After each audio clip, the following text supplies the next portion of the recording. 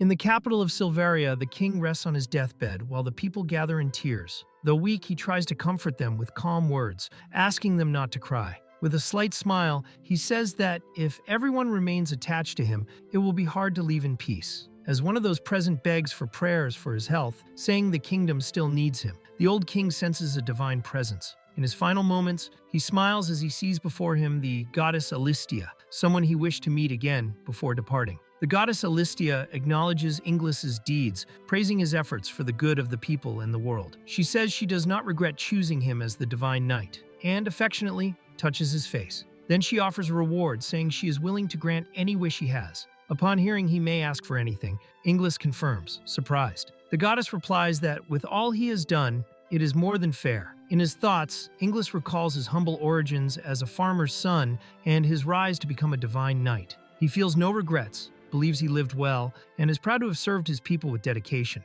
Inglis thinks about what could have been if he had lived as a simple swordsman without the duties of a king. He imagines dedicating his life solely to mastering the sword. With one last wish in mind, he reveals his request to the goddess. He wants to be reborn. The goddess Alistia accepts Inglis's wish with a serene smile. She states she will grant it. Then, images of new faces and future companions appear, marking the beginning of a new journey for the one who will now be reborn with the spirit of a swordsman. Inglis wakes up in an unknown place, confused about what is happening. Seeing a smiling couple, he realizes something is different. Looking at his own hand, he notices it is now that of a baby. Surprised, he realizes he has truly been reborn. Now in a new body, Inglis is treated with care by those who seem to be his new parents. They call her by the same name, confirming the goddess kept her promise. Amazed by the power of the deity, he notices he was reborn as a girl and that his new life has just begun. Still in shock, Inglis finally understands the reality. He was reborn as a baby, and even more surprisingly, as a girl. The revelation makes her scream, marking with astonishment the start of her new life in a new body. Now alone, Inglis tries to move, but soon realizes the limitations of her new infant body. Frustrated, she admits she tires easily and can barely stand. She watches the swords hanging on the wall, regretting not even being able to hold one. Even reborn as the captain of the knight's daughter, she feels her dream of mastering the sword still seems far away for now. Despite the limits of her new body, Inglis discovers there is still something she can do. She senses the presence of ether, a sacred energy connected to the divine knights. Realizing this connection, she understands her reborn body holds a special power, proof she can still walk the path of strength. Inglis understands that everything in the world is made of ether, including mana itself. Realizing that mastering this energy equals gaining the power of the gods, she decides to start training right away. Even in a baby's body, she manages to float, excited by her progress. Determined, she begins her new journey toward absolute mastery. While Inglis floats in the room,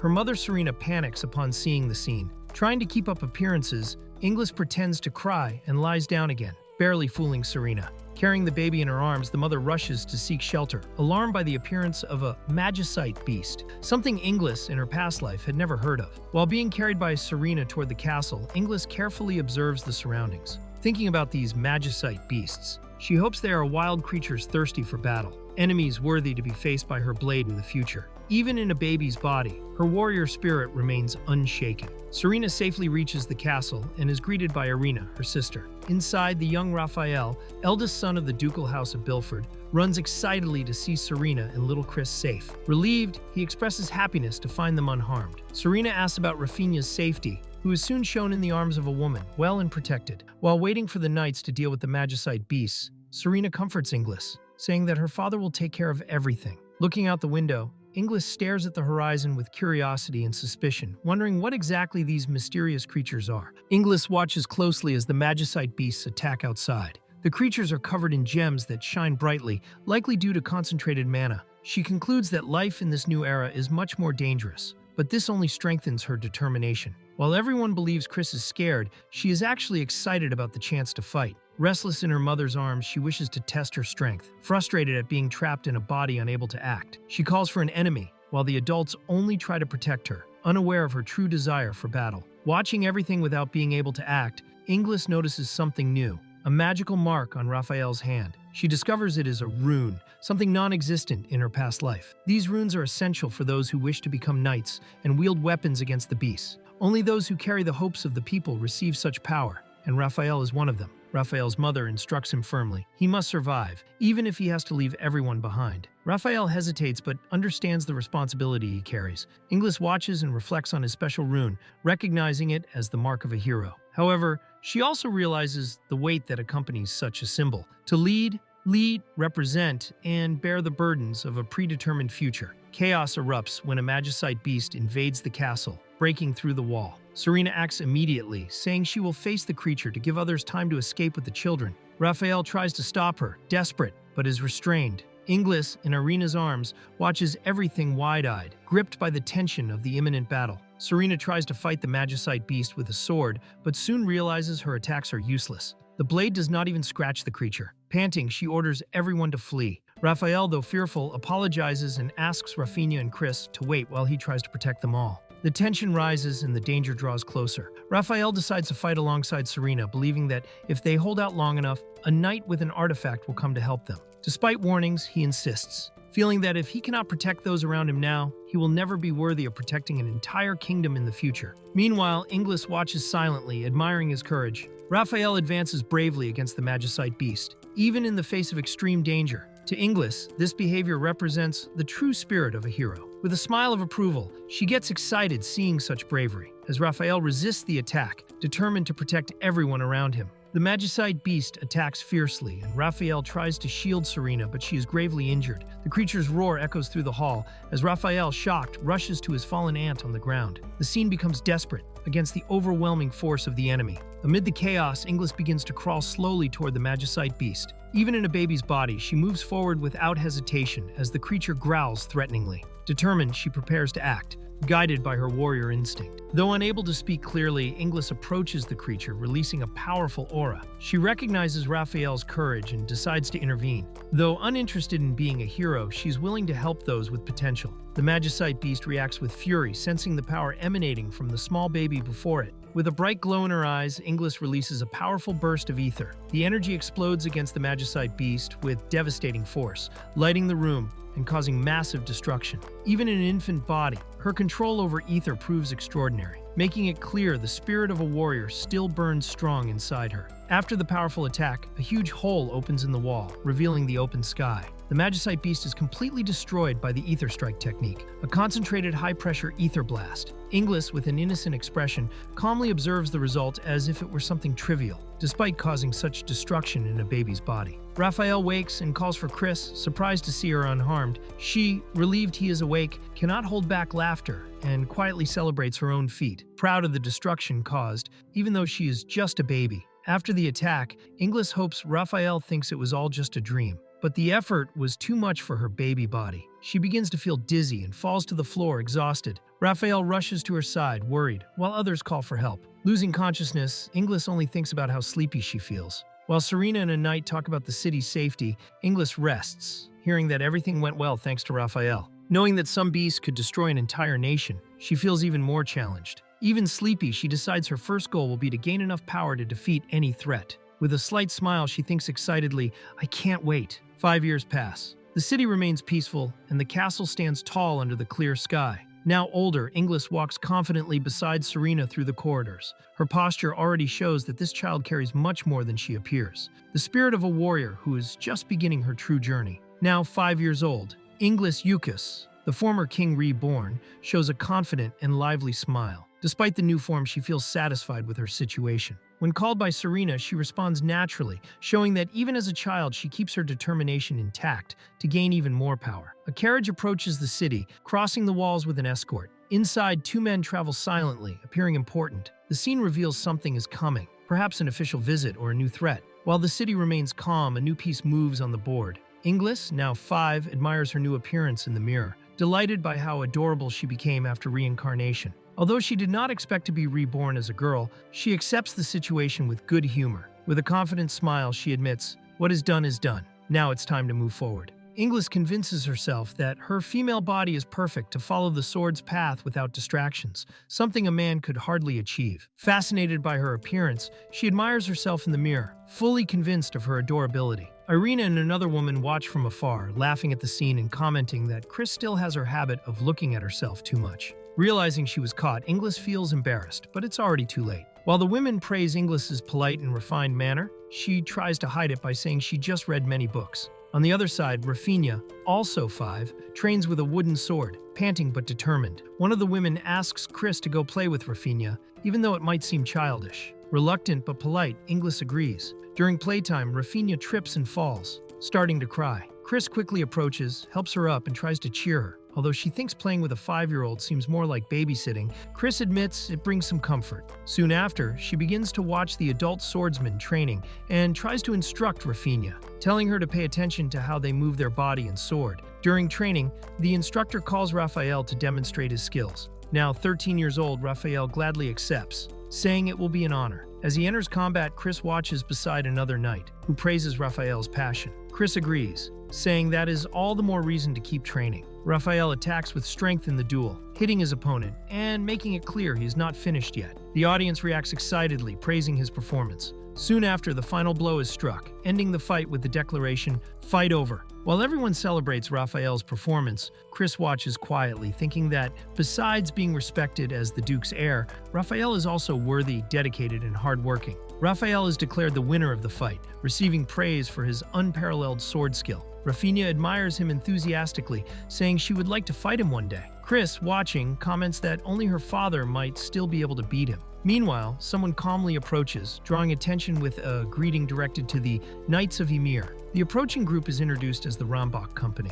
Despite Chris's initial doubt about them being mercenaries, it is clarified that they are armed guards from a merchant company. One of the knights explains that today's training will be done together with them, and Mr. Rambach shows enthusiasm, comparing the training between his men and the knights. Rahl, Mr. Rambach's son and captain of the company's knights, is introduced to Raphael. They are the same age and both show mutual respect when greeting each other. Rahl formally introduces himself and says he is eager to fight Raphael, who responds politely, though somewhat nervous. The knights and mercenaries gather for training matches. The instructor orders everyone to warm up. Rahl faces one of the knights, and although skilled for his age, the knight's technical advantage is clear. Inglis watches attentively, recognizing that even though talented, Rahl is not yet a match for a full knight. Rahl wins another fight, surprising the knights present. Comments spread among the observers. He has already defeated 10 knights alone. Even the superiors, once confident, begin to show concern while Raphael and the girls watch silently, acknowledging Rahl's unusual strength. Rahl provokes the knights, hinting that they have grown lazy from not facing magic beasts frequently. The other observers realize he is manipulating the situation. Meanwhile, even the knights themselves begin to doubt, surprised they cannot fight as usual against him. Chris analyzes coldly, noticing Rahl is being strategic, keeping distance, and confusing his opponents. Raphael and Rahl prepare for the final duel, with Raphael recognizing his opponent's strength but determined to win. While everyone seems confident in the fairness of the fight, Chris notices something strange. She suspects Rahl is secretly using magic, something no one else noticed, not even Raphael,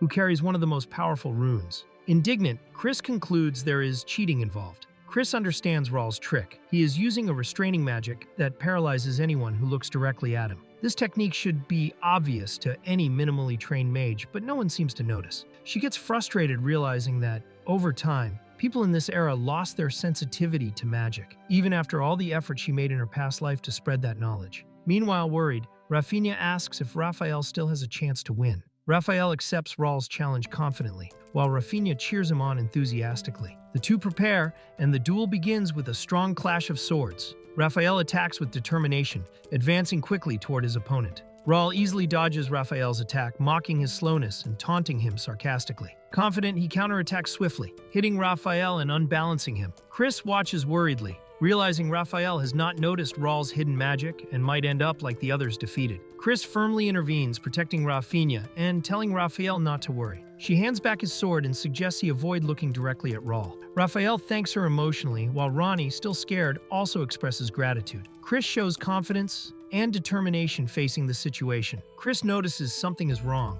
Everyone has been moving slowly except Rahl, who always attacked head-on. She suspects there is a reason for this, but knows Raphael wouldn't believe her if she said it was magic, so she vaguely advises him to fight without looking directly. Raphael understands the hint and thanks her. Meanwhile, Rahl accepts the new challenge with a confident smile, believing he will easily defeat Raphael. Raphael charges fully, avoiding looking directly at Rahl. He remembers Chris's tip and realizes something really was affecting his movements before. Raphael presses Rahl with a quick sequence of strikes. Trying to resist, Rahl is hit repeatedly and loses balance. Raphael does not back down and goes for the final attack with a shout of determination. The impact throws Rahl away, while Raphael advances full force, surprising everyone around. Rahl takes advantage of an opening in Raphael's movement and hits him hard, ending the fight. Raphael falls defeated, while Rahl arrogantly celebrates his victory. Rafinha screams disappointed, crying over her brother's defeat. The fight is officially over, and Rahl is declared the winner. Frustrated, Raphael kneels, feeling the weight of defeat. Chris comforts Rafinha with a caring gesture,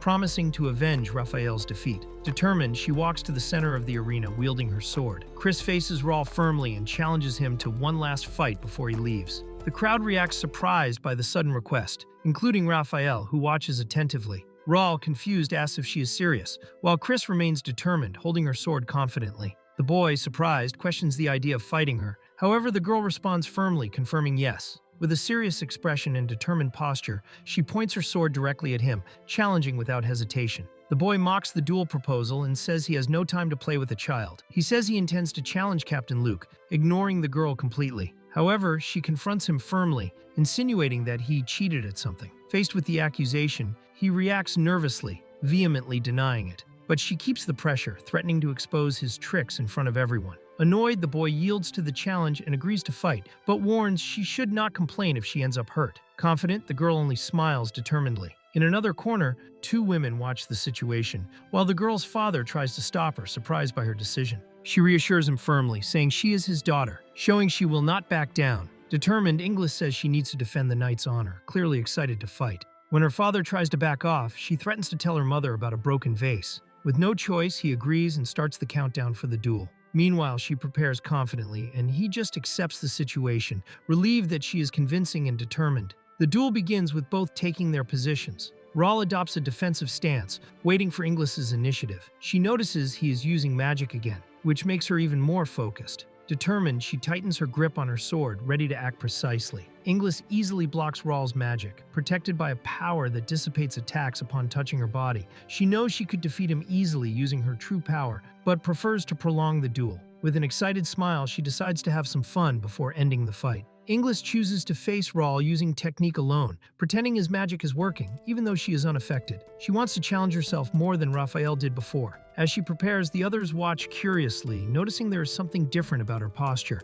Inglis closes her eyes and enters a state of extreme concentration, activating the mind's eye technique used by master swordsmen. The scene shows her and an experienced warrior side by side, both channeling absolute focus, ready to fight with pure technique and instinct. During training, the master explains that one cannot always rely on sight in combat. He advises students to develop other senses, like hearing breathing, heartbeat, bone movements, and airflow. According to him, sharpening all senses allows one to predict an opponent's moves better than by sight alone. Inglis admits she is a bit rusty since her former royal duties kept her away from training. Even so, she has been practicing to regain her skills in this new life. Seeing the duel as the perfect chance to test herself, she focuses. Meanwhile, Rahl underestimates her, saying children should play with dolls, unaware of the true power she is about to show. With her eyes closed, Inglis spins precisely and hits Rahl directly in the chest, catching him completely off guard. He steps back frightened by the strike, not understanding how she broke his defense so easily. The spectators are surprised, while Rahl reacts with frustration and anger. Inglis moves agilely, easily dodging Rahl's attack. With a precise spin, she disarms him and unbalances him again. Rahl becomes irritated and frustrated, realizing he is being outmatched by someone he underestimated from the start. Filled with rage, Rahl launches a brutal attack, shouting as he raises his sword with force. Inglis stays calm and blocks the strike at the last moment with a firm movement. The swords clash with impact, but she remains unshaken, even facing his impulsive assault. Rahl attacks strongly, but Inglis blocks easily. He tries another strike, but she dodges swiftly and surprises him with a direct counterattack. Wounded and out of breath, he retreats, confused and scared, trying to understand who this girl is that dominates him so easily. Shocked after being defeated easily, Rahl shouts, asking who she is. Inglis stays calm, looking firmly. One observer, impressed by her skill, wonders how many lives it would take to reach this level of mastery. Inglis's strength and technique are beyond any expectation. Watching the fight, someone comments that although it might be possible to defeat Inglis with brute force alone, her technique is on another level. Her movements cannot be copied. They are far beyond imitation. The skill difference between her and the others is striking. Inglis finishes the duel with a quick, clean strike. easily throwing Rahl away. One boy watches impressed, praising her skill. Captain Luke looks on proudly, calling her his little prodigy. Calm and focused, Inglis maintains her composure, showing she completely dominated the fight from start to finish. Defeated and too weak to continue, Rahl drops his sword and bows before Inglis, admitting his defeat. She remains firm and calm, extending her hand in a respectful gesture. The duel ends with her clear and undeniable victory. The crowd bursts into applause, impressed by the girl's skill and maturity. She smiles confidently, having won not only the fight but also the admiration of everyone around. Inglis is welcomed with hugs and celebrations after the victory. Everyone around is impressed, praising her performance. But even with the fight won, she is not satisfied. She knows she can go much further and firmly declares this is the purpose of her reincarnation, to reach even greater heights. Chapter 4 begins with Inglis preparing, carefully adjusting her clothes. Her mother calls her and she answers promptly. Now 6 years old, Inglis watches the bad weather through the window while her mother comments about the time. Even with the appearance of a child, she already shows maturity and determination. A special rain called Prism Flow falls over the region. Each drop shines like a rainbow, creating a beautiful and unique landscape. However, this beauty hides a deadly danger. The rain turns plants and animals into violent magic beasts known as magicite beasts. Although the prism flow does not affect humans in the cities, animals need protection because they are vulnerable to transformation. While everyone worries about the risks, Inglis watches with an excited smile. Instead of fearing, she desires even more challenges, asking for strong enemies, craving battles against the most powerful magicite beasts. As Inglis observes the weather, her mother expresses concern because that day marks her baptism, a sacred ceremony that grants a rune necessary to use artifacts. These artifacts are essential to defeat the magic beasts. Runes are divided into classes: inferior, medium, superior, and special. And the more powerful the rune, the stronger the artifact that can be used. Those with special runes, like Raphael, are rare, only 1 in 10,000. They are the only ones able to wield supreme artifacts, essential to face the most dangerous magicite beasts. Still, Inglis comments that every rule has exceptions, suggesting that maybe she herself is one of them. Inglis reflects silently on the rune she might receive, hoping it will be special. Suddenly, her mother calls her and hugs her tightly, showing unexpected concern. Surprised by the gesture, Inglis asks what is happening, not understanding the sudden emotion from her mother. Inglis's mother reveals her worry. Although a special rune is powerful, it also brings a burden. Whoever receives it is forced to live, and possibly die, in service to others, carrying the weight of others' expectations and hopes. Even admiring Raphael for following that path, Inglis understands that this kind of fate is neither light nor free. Inglis reveals that although she wants to become stronger, she does not want it to cost her freedom. In a past life, she already lived as the hero king,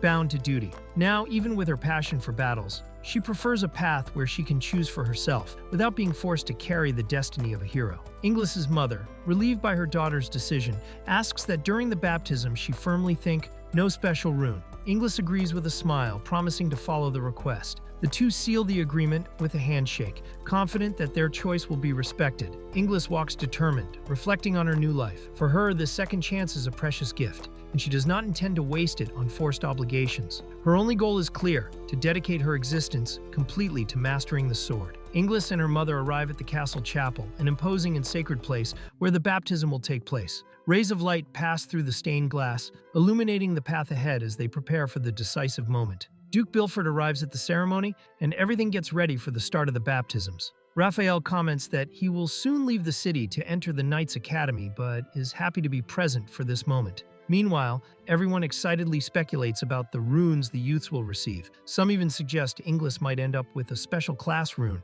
which makes her nervous. She tries to dismiss that possibility with good humor, but the tension in the air is clear. Raphael and the others talk excitedly about the potential of the runes, but the priest reminds them that talent with the sword does not always reflect the rune's class. While everyone laughs and cheers, the ceremony begins with Rafinha being called first. Her mother, who has a medium-class rune, eagerly hopes her daughter will surpass her. The atmosphere is full of expectation and emotion as the altar shines, about to reveal the miracle of the rune. Rafinha nervously approaches the altar and places her hand on the receptacle. Surprised, she comments that it is warm and tickles. The process is not painful, and the priest reassures her. After the ritual, he asks her to look at her own hand. The moment of rune revelation has arrived. Rafinha looks at her hand and is surprised to see a white rune shaped like a bow. The priest reveals it is the light bow, a superior class rune. Everyone celebrates excitedly, congratulating her on the result. Rafinha runs to show off the news, radiant with her achievement. Everyone congratulates Rafinha for her superior class rune. The adults proudly talk about the talented siblings and their importance for Ymir's future. Rafinha, happy, thanks them and tells Inglis that now they can be together when they grow up, as great knights. Inglis smiles, but her look shows her plans follow a different path. Inglis celebrates with Rafinha, but silently reflects that she does not care about the knight title. For her, what matters is being on the front lines of battle, even as a mercenary or bodyguard. Soon after, the priest calls her. Now it is Inglis's turn to receive her rune. Inglis quickly understands how the altar works. It condenses the person's mana flow and transforms it into a rune. She realizes that although people of this time have mana, they lost the ability to control it. The device engraves the rune on the hand, allowing mana to be used to activate artifacts. For Inglis, all this is simple. She clearly sees beyond the ordinary. The process ends and the priest asks Inglis to show her hand. Still thoughtful, she reflects that a powerful rune allows the use of better artifacts and that everything depends on mana flow. Inglis smiles confidently as she shows her hand, about to reveal the result of her baptism. Inglis raises her hand and calmly reveals she received no rune. Everyone around reacts in shock, not understanding what happened. As the astonishment spreads through the hall, she remains serene, as if she already knew this would be the outcome.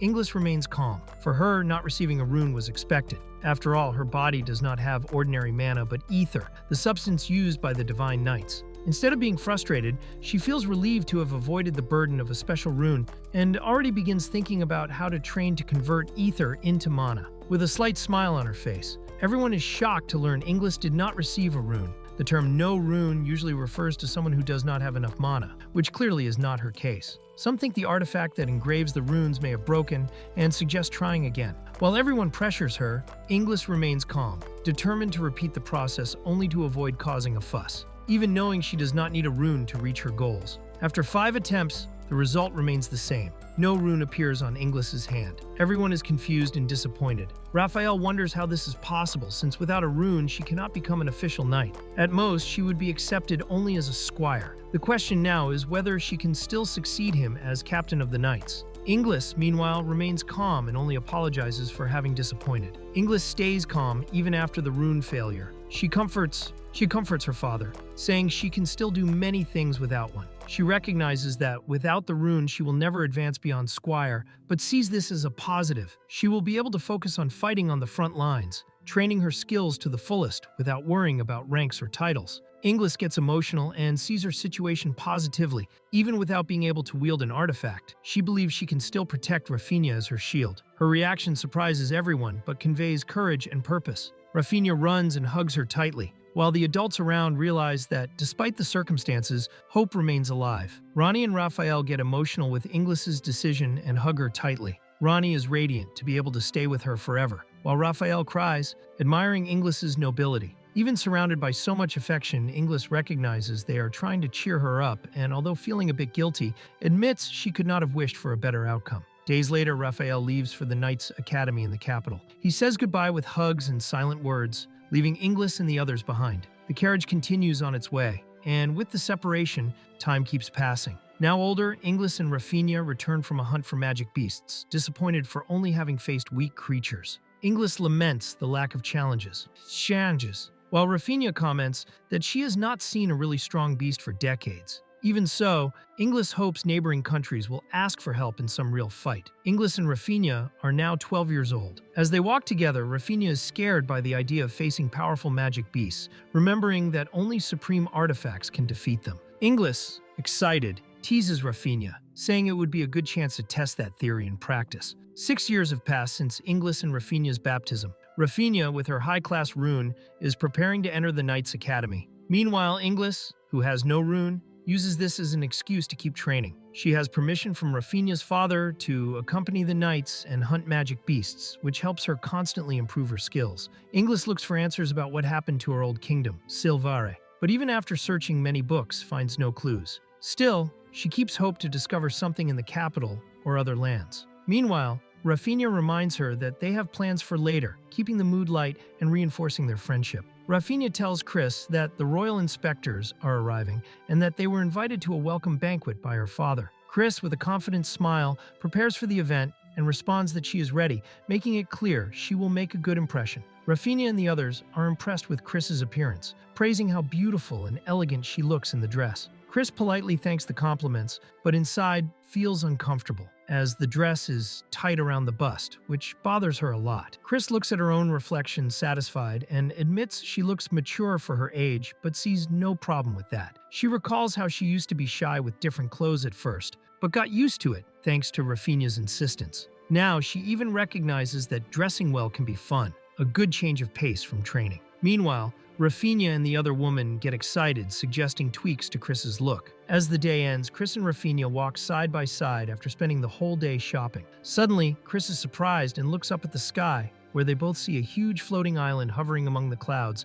catching their attention with its majesty and mystery. Inglis and Rafinha watch the floating island called Highland, a civilization living above the clouds. Inglis comments it has been a long time since she last saw it, while Rafinha remembers one of the inspectors coming is a Highlander. Both show curiosity, as they have never met anyone from there. It is explained that Highland provides artifacts and technology in exchange for surface resources, like crops and water. Despite the differences in trade system, Inglis feels a mix of curiosity and caution because this island did not even exist in her past life. Inglis thinks about the relationship between Highland and the surface dwellers. Even though Ymir's kingdom still has its own nobility, Highland could easily take direct control if it wanted to, since surface people depend on them to survive. She wonders if the inspection by a Highlander means they are planning to take the territory. Although knowing that, as a simple squire, she would have no voice in these decisions. She keeps reflecting like a strategist from her past life. Even without influence, her leadership instinct remains. Inglis looks at the city and thinks she does not want anything bad to happen to her family or her homeland, Ymir. If something goes wrong, she is ready to fight with all her power. Meanwhile, Rafinha makes a wish aimed at Highland, believing in the legend that it will come true. Even skeptical of the story, Inglis joins the game and makes a wish too, just as a precaution. Rafinha wishes that Raphael is well, since he has been too busy to come home. Meanwhile, Inglis makes a completely different wish. She wants a powerful enemy to face. Rafinha jokes that Inglis has the body of an angel, but the soul of a warrior. Inglis agrees proudly, smiling with satisfaction. Rafinha jokes that Inglis's wish for a strong enemy is terrible, and suggests she wish for something cuter, like a charming lover. Inglis gets embarrassed and denies needing that. Rafinha then freaks out, saying she would not accept any other man beside Inglis except Raphael, making it clear she wants them to be together. Inglis, confused and irritated, insists she is not interested in romance and asks to leave. Inglis enters the hall and immediately draws everyone's attention with her beauty. The guests comment that she looks like she stepped out of a painting, so enchanting. Rafinha, excited, notices everyone is looking at her, while Inglis feels uncomfortable with so much focus on her appearance. Uncomfortable with the attention she is receiving, Inglis clings to Rafinha, trying to hide. Rafinha does not understand why she is hiding if everyone just wants to see her. Meanwhile, all eyes in the hall turn to them, and Inglis feels they are looking at her strangely. Rafinha tries to calm her, saying it is normal. After all, she is popular. Inglis feels bothered by the persistent looks from men, preferring the attention of women. She remembers that in her past life, she was also impacted by female beauty, which makes her think maybe other girls feel the same way about her now. Rafinha, trying to lighten the mood, jokes that next to Inglis she feels like the ugly friend. Inglis apologizes, admitting she was insensitive. They exchange compliments and laughs while someone approaches calling for them. Ada, vice captain of the Knights of Ymir, praises Inglis and Rafinha for looking so beautiful. She comments that it's a shame Captain Luke is not present to see them, as he is on a mission. Then, Ada warns that the world's situation is becoming dangerous, mentioning increased guerrilla activity against Highland. Finally, she asks them to stay alert and invites them to follow, as the Duke is already waiting. During the banquet, Rafinha and Inglis talk about how Ada now carries concerns in place of Inglis's father, showing the trust she places in both. Rafinha promises to help. Then the Duke appears, compliments the girl's beauty, and proudly introduces them. Rafinha as his daughter, and Inglis as his niece, saying they are the highlight of the night. One of the men present approaches and says he recognizes the girls from Raphael's descriptions. He compliments their appearance with a kind smile. The Duke then formally introduces them, and Rafinha and Inglis present themselves politely. The man beside him is revealed as Sir Leon, a sacred knight who works alongside Raphael. Inglis and Rafinha are surprised to discover Leon is a sacred knight, indicating he possesses a special class rune and royal permission to wield a supreme artifact. Even acting modestly, Leon acknowledges his position. Rafinha comments that it is an honor to receive him, while Inglis watches excitedly, eager to fight him. Raphael, noticing her gaze, guesses she's thinking of something impulsive. Leon jokes that meeting beautiful girls made the trip worthwhile, which irritates Inglis. But Rafinha laughs and says he is funny. He mentions he would normally have left the mission to Raphael, but the young man is very busy at the moment. Shortly after, the Royal Inspector Shione is introduced, greeting the girls cordially and complimenting their beauty. The Duke points to the Highland Emissary, drawing everyone's attention. Inglis and Rafinha are surprised to see him. The scene shifts to the emissary approaching with firm steps and an imposing aura. Inglis immediately recognizes the Highland Emissary. It is Sir Rahl. Surprised, she calls him by name, while Rafinha looks on in shock. With a confident smile and sharp gaze, Rahl approaches, saying it has been a long time since he saw Inglis, revealing a past between them. Rahl reveals himself to the group, recognized as the Highland Emissary. The blonde is surprised to see him there, questioning how it is possible. Rahl confirms his identity confidently, displaying the mark on his forehead as proof he is a true Highlander. Rahl reveals he became a Highlander through bribery, offering a fortune to be accepted. He claims it was worth it, as he now has status superior to the surface nobles. The girl, however, responds coldly, saying that means nothing to her. Rahl tries to flirt with the girl, hinting at an invitation if she pleases him. She remains calm, but her cold expression even bothers an observer. Noticing she has no magical marks, Rahl calls her runeless. Ignoring the comment, she states her only goal is to improve her sword skills. Rahl mocks her, saying she should learn to cook and become a good wife. Then he introduces his bodyguard, an intimidating slave hired to protect him, and jokes about his appearance under the helmet. The girl grows increasingly disgusted with Rahl's values, especially upon learning he uses slavery. Her opinion of Highland worsens with each of his words. At that moment, Leon interrupts enthusiastically, saying he wants to introduce them to someone special, immediately piquing one girl's interest. Leon teases the girls with a hint about something important a sacred knight always carries, an artifact. This immediately arouses their interest, especially when they realize it relates to a special class rune. Excited, they decide to follow him, leaving Rahl behind. As they walk, Leon thanks them for giving him an excuse to get away from Rahl, saying just hearing him irritates him. The girl thanks him for the help, and they both comment on how annoying Rahl is. One asks if all Highlanders are like that, and the other says if so, she couldn't like them. Leon explains that Highlanders see surface dwellers as despicable savages, yet they are indispensable for providing essential artifacts. Though he hates their arrogance, he admits he prefers to smile and please rather than create conflict, since they depend on them to survive. Jokingly, he says even he flatters Highlanders when necessary, causing the girls to laugh. The girl rebukes Leon, saying she does not want to hear such weak words from a sacred knight, since he should be the people's hope. Leon acknowledges he exaggerated the joke and apologizes. Then he praises her determination, saying with that spirit she truly seems Raphael's sister, calling her a good girl. Leon takes the girls to an important figure, revealing a higher menace threat. These mysterious entities, usually in the form of young girls, have the ability to transform into extremely powerful artifacts, weapons that only special class runes can activate. These artifacts are crucial for facing the world's most dangerous magic beasts. Leon and the girls watch the figure sitting before them. It is revealed that in exchange for great offerings, the Highlanders allow the surface to receive protection from a sacred entity, a goddess who defends the lower world from threats, reinforcing the vital role of these higher menaces. Leon calls Aerys to join the gathering, but she coldly refuses, preferring to be alone. The girls watch, surprised that someone so beautiful is a higher menace. Leon then introduces them as Rafinha, Raphael's sister, and Inglis, his cousin, leaving Aerys surprised to be sought by them. Suddenly, Aerys strikes Leon with a blow, furious. She angrily reprimands him to stop immediately, surprising everyone. Rafinha and Inglis try to understand the situation, and Aerys, remorseful, apologizes. Leon, confused, asks why he was hit, saying the children were excited about that moment. Rafinha and Inglis, worried, wonder if they did something wrong. Leon reassures them, taking the blame and saying he was only reckless. They show concern for Aerys, while Leon suggests going back to eat and hear Raphael's war stories.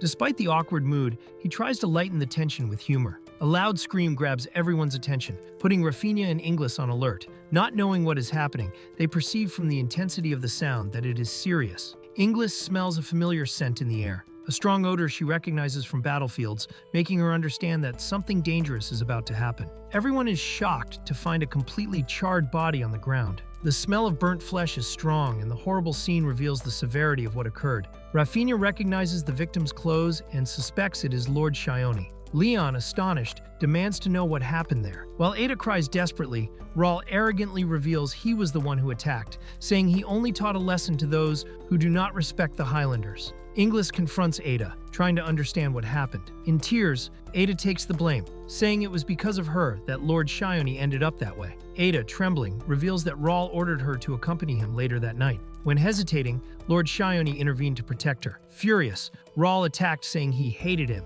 and conjured fire out of nowhere, burning Shione alive. Inglis, shocked by the cruelty, calls the act despicable. Inglis concludes that Rahl's attack was done with magic, probably using a method Ada could not perceive. She suspects this was provided by his Highlander allies. While Ada blames herself, Leon and Rafinha console her, saying she did nothing wrong. Leon foresees the whole situation turning into a mess. Rahl tries to cover up the murder, saying to just declare that Lord Shione fell ill. Arrogantly, he emphasizes that, as a Highlander, his word is law.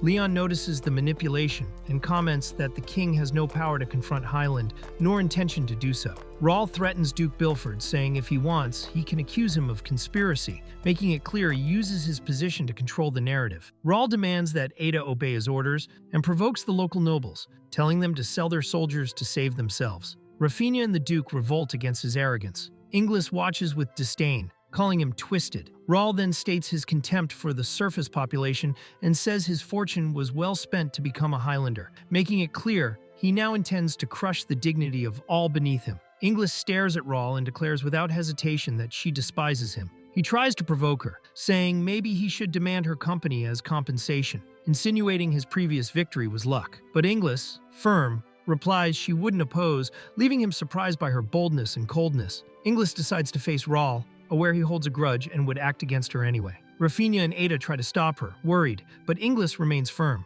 Before proceeding, she imposes a condition. Rahl must promise not to touch Rafinha or Ada. Smiling arrogantly, he agrees, praising Inglis and insinuating she is the best prize available. Rahl demands Inglis go alone to his quarters that night, and she accepts without hesitation. As she walks away, he reflects on her boldness and the fact she offered herself in exchange for her friends. Despite that, he sees it only as another opportunity to wield his power with cruel and perverse intentions, determined to break her spirit. Rahl, with a dark look, promises to avenge the humiliating defeat he suffered in the past. Meanwhile, Inglis comforts Rafinha and Ada with a calm smile, hiding the tension. Despite the apparent tranquility, her firm gaze shows she is determined and ready to face whatever comes. During the night, Inglis walks alone under the moonlight. Dressed in a cloak and with a determined expression, she heads toward the place marked with Rahl, aware of the danger but ready to face whatever is necessary for her friends. As she walks to Duke Bilford's village where Rahl is staying, Inglis reflects on the imminent confrontation. She is glad the duel happens at night, allowing her to resolve everything before her mother finds out. Despite her firmness, she thinks of Rafinha, worried whether her friend is crying or even angry with her decision to face Rahl alone. Rafinha panics upon discovering her father allowed Inglis to go alone. Screaming and crying, she tries to chase after her friend but is held back. The Duke, visibly distressed, asks Rafinha for strength and says they need Chris's help. Even trying to understand, Rafinha cannot hold back tears, overwhelmed by worry and helplessness. Inglis arrives determined at the gates of the mansion where Rahl is. There, she is received by a masked guard who watches her suspiciously and comments on her arrival. Without hesitation, she prepares for what is to come, facing the obstacle with firmness. Inglis introduces herself to the guard and is silently led inside. As she walks, she reflects on Rahl's intentions, certain he expects her to submit. But her determination is clear. She does not intend to yield. Aware of the magic power he used to burn Shione, she prepares for the confrontation, facing the challenge with confidence. Inglis stops before the guard and, with a gentle look, apologizes. She then reassures him, saying he did nothing wrong and asks him not to worry. In a quick and precise move, Inglis surprises the guard with a powerful attack, knocking him into the air with a kick. The force of the blow completely unbalances him, and Inglis's reaction shows she does not hesitate when she needs to act. Even facing an armed enemy, her determination is relentless. Inglis defeats the guard with a single blow, leaving him lying on the ground. She lands firmly, wielding her sword with confidence. Her speed impresses even those who watch her. A girl, surprised to recognize her, reacts with astonishment. It is clear Inglis is not there to negotiate, but to settle everything by force. Aerys appears and orders Inglis to return, saying she has everything under control. Inglis asks if she came to save her, and Aerys explains that Leon told her what happened. As Raphael's cousin, she feels she cannot leave Inglis in danger. Surprised, Inglis thanks her, commenting she did not expect Aerys to care so much for Raphael. Inglis refuses to back down, stating she could not risk what Rahl would do if she did not show up. Aerys tries to stop her, saying she should not allow herself to be touched by someone so despicable. Inglis insists she will handle it. Aerys then mentions the risk this represents for Ymir. And upon hearing this, Inglis questions if she intends to resolve the situation by taking Rahl's life. Aerys orders Inglis to go home, but Inglis firmly refuses. Trying to force her, Aerys says children should obey, reluctantly threatening her. In response, Inglis draws her sword determinedly and warns, if Aerys takes one more step, she will taste the edge of her blade. The confrontation between the two is about to begin. Excited about the possibility of a duel, Inglis laughs joyfully, her eyes shining with expectation. Aerys, confused by the sudden reaction, realizes her threat of combat was taken as an invitation to train, surprising her completely. Inglis rips off her cloak enthusiastically and moves into combat with an excited smile. Her gaze overflows with joy at the chance to fight, making it clear that for her this confrontation is an honor, not a sacrifice. Aerys watches in shock as Inglis prepares seriously for combat. She realizes her provocation was taken literally and panics, as she never truly intended to fight. Faced with Inglis's determined stance, Aerys finds herself in a situation completely out of her control. Inglis maintains her firm posture, reminding that the situation was provoked by Aerys's words. Confused and frustrated, Aerys tries to understand Inglis's motivations, thinking she is lost for accepting something so extreme. Determined to stop her, Aerys draws her weapon and moves to attack, intent on taking her back, even if by force. Aerys tries to immobilize Inglis quickly, believing she could restrain her without hurting her. However, before completing her move, Inglis reacts swiftly, grabs her weapon and launches it upward with a direct strike, showing her superior strength and skill. Inglis throws Aerys with a powerful, precise blow, sending her into the air effortlessly. The force catches Aerys completely off guard, causing her to spin uncontrollably in midair. As she tries to regain balance, the skill gap between them becomes even clearer. Aerys attempts to attack quickly, but Inglis dodges with ease and grace. The skill difference is clear, but instead of getting irritated, Inglis becomes more excited by the challenge.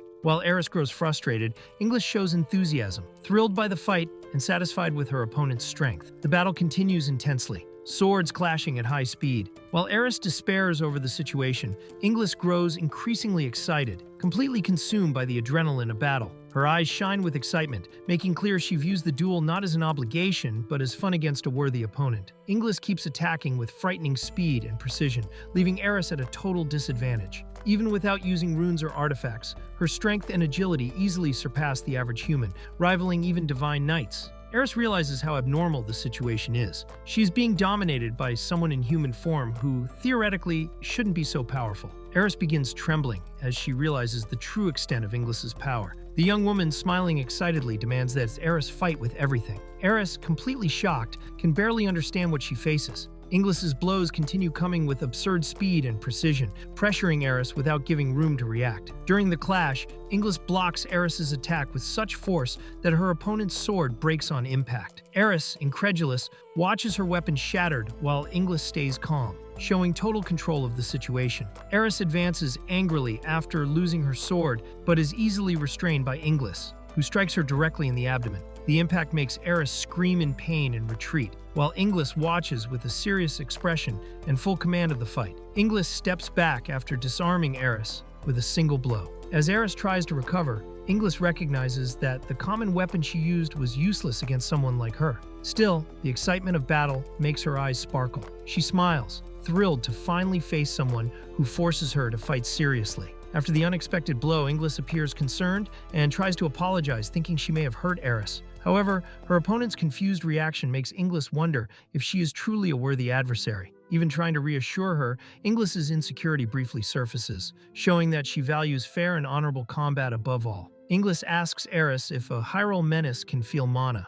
Although puzzled by the curiosity of a runeless, Aerys answers yes, though only up to a certain point. Inglis then smiles intensely, pleased with the confirmation, while Aerys seems uncomfortable with the sudden change in atmosphere. Inglis releases her energy intensely while declaring she's about to use a technique she has been trying to master. At a decisive moment, she decides Aerys will be the first to witness this new move. Inglis begins gathering intense energy while reflecting on the nature of ether, the source of all things. Sensing a possibility, she concludes she can convert ether into mana. The environment reacts to the transformation, surprising Aerys with the power manifesting before her. Inglis recalls when she conceived her technique 6 years ago and now feels she can finally demonstrate it to someone who can see mana. She firmly reveals her mastery over the power, making clear that even without runes, she can use mana. Her confidence surprises Aerys, who realizes the help she planned to offer might never have been necessary. Aerys, perceiving Inglis's true power, decides she no longer needs to protect her and frees her to do as she wishes. The attitude leaves Inglis confused and panicked, as she only wanted to prove her worth, not be dismissed from the situation. While Aerys walks away confidently, Inglis despairs, realizing she overdid the demonstration and may have compromised her initial goal. Completely frustrated with Aerys's reaction, Inglis begins shouting, demanding she fight seriously. She insists she is not just a helpless little girl, trying to force Aerys to take the duel seriously. Aerys, however, remains unshaken and moves on, saying she can't keep up with Inglis's pace. Alone and in tears, Inglis regrets going too far and getting carried away by the excitement of the fight. Still overwhelmed by emotion, Inglis delivers a powerful, energy-covered kick that hits Aerys full force, sending her flying backward. The impact leaves Aerys surprised, not understanding what just happened, while energy still pulses around the strike. The attack hits Aerys squarely and throws her against a wall, causing an explosion of energy. Inglis watches the violent impact, calling for Aerys while running to the fall site, surrounded by sparks and smoke. Inglis watches mysterious energy creatures forming after the attack. Confused and irritated, she demands explanations while Aerys, injured on the ground, tries to understand what just happened. Tension rises when she realizes Leon is involved and angrily calls for him. Leon appears with a cold expression and a strange electric glow on his gauntlet, biting it as a gesture of provocation or power activation. Inglis watches, surprised, realizing something is very wrong with him and his intentions are unclear. In the past, Leon Olfa was seen as unsuitable for the role of Sacred Knight. Despite his position, he flattered greedy nobles and despised the principles of chivalry. His contradictory and careless attitude caused distrust, although some still considered him a good person. During a nighttime conversation, two girls discussed Leon's presence among the Sacred Knights. Despite his informal attitude, he helped reduce conflicts between knights and nobles, improving the castle's situation. Then they notice Leon trying to sneak away again. One decides to discreetly follow him through the city under the moonlight, determined to find him. The girl follows Leon to a cemetery, surprised to see him there. Hidden, she watches silently as he kneels before a grave, speaking bitterly. He laments the loss of someone close and vows revenge against the Highlanders, making clear his hatred for those who despise others. Even willing to get dirty and endure dishonor, he promises to eliminate all responsible. The girl's serious expression shows she absorbed every word. The electric creatures advance slowly while the girls, exhausted and confused, retreat without understanding what is happening. Leon appears with his dominant presence, revealing strange power in his hand, which emits discharges. Tension rises as everyone realizes something unusual is with him, beyond normal comprehension. Leon reveals his arm, covered by an artifact emitting electric energy, making clear his intentions are no longer trustworthy. The girls are shocked by the scene, unsure if they face an ally or a traitor. While one tries to understand, the other angrily confronts Leon directly, questioning if he, a sacred knight, has truly turned against them. While the group tries to understand Leon's intentions, one girl recalls an earlier statement of his and questions him. In response, Leon clarifies his words were a joke, but seriously affirms he is willing to sacrifice his life to protect the country and its people. The tension begins to shift into doubt as feelings of betrayal and loyalty mix. Leon justifies his actions, revealing that the events of that night were the last straw. He fears that even maintaining his title, he will lose his purpose as a knight. Before the group, he exposes his frustration with the Highlanders and how the surface is becoming a toy in their hands, showing his decision, however extreme, was born from despair and a distorted sense of duty. Leon reveals his dilemma. As a knight, he is forbidden from directly opposing the Highlanders' rule, even knowing how unjust the system is. This deeply frustrates him. Despite this, he wants to use his power to do justice, even if it goes against his own principles. The girl recognizes his idealism and, with a slight sarcastic tone, points out the contradiction of his situation. During the discussion, the girl argues that surface countries depend on Highland's help to survive, especially the artifacts needed to face magic beasts. She insists there is no choice but to accept this dependence. Leon, on the other hand, says that is precisely why people need to ignore reality to keep living, even if it means accepting an unfair condition. Leon makes clear he does not intend to accept the rule of the magic beasts or the Highlanders. When asked if there really is another option, he mentions the Steel Blood Front, a guerrilla force directly opposing Highland. The girl admits she does not know much about world politics, and Leon reveals this rebel force is growing stronger and stronger. Leon explains that, from the Highlanders' perspective, the Steelblood Front only causes chaos. He reveals Highland destroyed entire cities as retaliation for the murders committed by this group. However, he also states the real goal of the Steelblood Front is to bring Highland down to ground level, using steel chains forged with their own blood. The shaken girl begins to understand the weight and ambition of this war. The girl understands Leon's plan is to overthrow Highland, steal its technology, and spread it around the world, allowing surface peoples to create their own artifacts and defend themselves. Leon confirms enthusiastically, but she rejects the idea, shocked by the possibility of a devastating war between Highland and the surface. Leon, meanwhile, reveals he intended to deliver Aerys as a way to officially join the Steelblood Front, using analysis of her body to uncover the secret of the artifacts. Leon tries to recruit the girl for his cause, but she refuses with a confident smile. Instead, she declares she will ally with Aerys, motivated by the chance to get a duel as a reward. Her decision surprises Leon and leaves Aerys stunned, questioning how far this girl is capable of going. Even listening to Leon's advice on how her power could be used more wisely, the girl decides to follow her own path. She no longer seeks justice or to lead people. Her goal is personal. With conviction, she challenges Leon directly. If he wants to take Aerys, he will have to defeat her. She declares, determined, that she will follow a new path in her life. Leon acknowledges the girl's strength and accepts the challenge, admiring her determination. With a smile, he decides to grant her request. He will face her with everything. Holding back no blows, he prepares for a serious fight, making clear he will not go easy, even knowing she is just a girl. Leon activates the power of his special artifact, releasing several beasts made of electricity around him. The field fills with lightning as he prepares to attack. The girls watch alertly. One reveals Leon's ability allows him to create lightning creatures with his special class weapon. Leon commands the lightning beasts, splitting them between himself and Inglis. While two accompany him, the rest advance toward her. Inglis realizes he is trying to distract her to escape with Aerys. Even surprised by the number of summons, she recognizes Leon's strength and high level as a sacred knight. Inglis faces the beasts enthusiastically, destroying one from a distance with a powerful slash. The other girl, surprised, realizes she can control this power even in human form, something unusual for a Hyrule menace. At the same time, she is warned that the beasts explode when hit, requiring caution. During the confrontation, Inglis excitedly asks Leon to use the same powerful technique in their next training, but he refuses, saying he is not obsessed with fights like she is.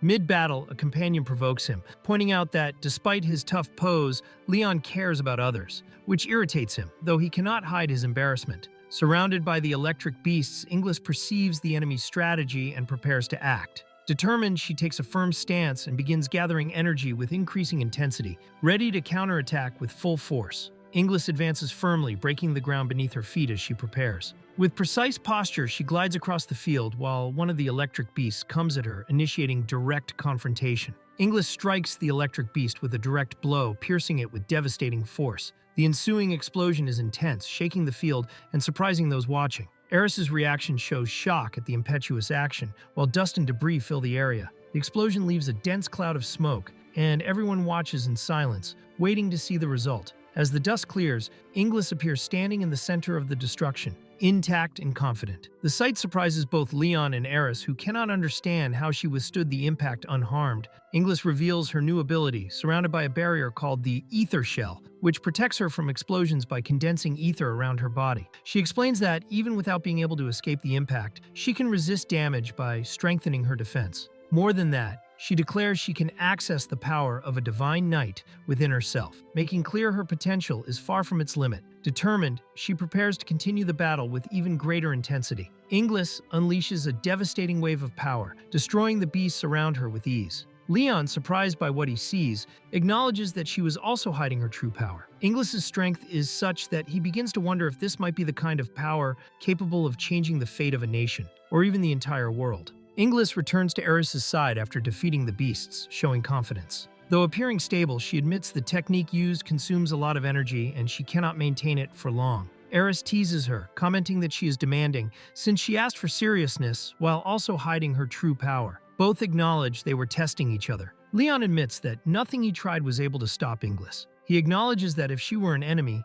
not even he and Aerys together could easily defeat her. Her strength matches that of a Prisma, the most powerful magical creature. Surprised, he calls her a monster. Inglis, however, proudly confirms that her goal has always been to reach this level of power, training to defeat exactly this kind of threat. Leon recognizes Inglis's potential, praising her strength and grand vision. Even keeping a relaxed tone, he shows respect for her determination and confidence in his own power, declaring that if she were more resilient, he would have to push her to the limit. Inglis observes that despite his carefree appearance, Leon has a sharp mind and firm conviction. When Leon tries to move, he is surprised by a direct attack. Inglis appears before him, blocking his advance with precision and firmness. The impact leaves Leon stunned, and before he can react, she coldly prevents him from continuing, making clear she will not let him go further. Inglis reaches Leon before he flees with Aerys and stops him from activating his artifact, grabbing his arm firmly. Determined, she declares she will not let him escape. Inglis halts Leon with a direct blow, violently throwing him against a building and causing an explosion. The force of the charge surprises everyone. A huge monster rises from the ruins, astonishing all. Ronnie is thrown aside and Inglis immediately reacts upon perceiving the danger. The sky breaks apart and the building begins to collapse. The group reacts with surprise and alertness at the sudden chaos. From the debris, a monstrous creature covered in crystals emerges. The group faces the threat tensely, while the ground still trembles from the destruction caused by the apparition. The girl recognizes the creature as a magic beast, but is confused, as no typical signs appeared before. The humanoid shape of the monster intrigues her even more, indicating it is completely unusual. The creature roars and imposes itself before the group. One ally, kneeling on the ground, is vulnerable. Upon realizing the danger, the girl runs desperately toward him, trying to reach him before it is too late. After reincarnating, he discovers everything he built in life has disappeared. The ideal kingdom he left was forgotten, and the people suffered again under oppressors. With no intention to repeat the past, he decides to live as he wants, letting this era face its own challenges. Despite having given up on being involved in the world's fate, there is something he will not give up: protecting Ronnie. To him, she is special. Defending this girl is the only promise he still makes to himself. He remembers fondly the moments beside Ronnie. Unlike everything and everyone else, she became his priority. Even unaware of the world's problems, he decided to protect Ronnie at any cost. With determination, she attacks the creature with full force, landing a direct blow. The explosion of the impact breaks part of the monster's crystal armor, momentarily halting its offense. The powerful charge makes the creature crash to the ground amid a debris explosion. As the dust settles, the girl turns and calls for Ronnie, ensuring she is safe. After securing Ronnie's safety, Inglis approaches and comforts her with a gentle gesture. Kneeling, she silently reaffirms her promise. Protecting Ronnie is her only life vow. While the dust from the confrontation still settles, one of the girls watches Inglis's power with intrigue, wondering how much she still hides. Ronnie runs and thanks her excitedly, hugging Inglis with relief. Amid the reunion, a doubt arises about the Duke's whereabouts. Revealing Ronnie acted on her own, determined to face Rahl. Ronnie reveals she saw Rahl writhe in pain before turning into that monstrous creature. Surprised, the girls realize the enemy they faced all along was actually a corrupted Rahl. The creature, still showing traces of consciousness, screams Inglis's name, shocking everyone. Ronnie insists she witnessed Rahl's transformation with her own eyes. Surprised, they discuss the unprecedented fact of a human turning into a magic beast, while someone in the background reveals having interfered in the process. The man reveals he used a substance called prism powder, made from highly concentrated prismatic flow. He says the drug was provided by the Steelblood Front, a group that tried to recruit him in the past. This substance caused Rahl's transformation into a magic beast. The man coldly watches the staggering creature, stating that now Rahl is nothing more than a common beast. While he enjoys the fall of a Highlander, Inglis shows concern, thinking about the consequences if it is known that someone so powerful could be reduced to that. Still, she is reminded that Rahl deserved an even worse fate. He states there is no way to reverse Rahl's transformation, mocking the idea of a miracle solution for all magic beasts. Then he walks away, telling them to blame him and mentioning the Steelblood Front as responsible. Meanwhile, the girl tries to stop him from fleeing, but he has already disappeared. With a provoking smile, he bids farewell and activates a sudden explosion. The blast hits the group by surprise, forcing everyone to quickly protect themselves from the impact. Leon manages to escape after the explosion, but Inglis decides not to pursue him for now. With Rahl transformed and wandering aimlessly, she acknowledges that this fate might be deserved, although she regrets how degradingly everything ended. Inglis faces the creature before her, remembering the past and recognizing Rahl as an old rival. Firmly, she raises her improvised weapon and prepares to give him a worthy end, promising to put an end to the suffering with one last gesture of respect. With the crystal in hand, Inglis advances determined. The creature reacts upon recognizing her name, but she keeps a firm gaze, resolved to fulfill her promise and end her old rival's suffering. Inglis attacks with full force, but her physical blows are not enough to defeat a magic beast. Meanwhile, the others realize that even powerful as she is, she needs an artifact to win.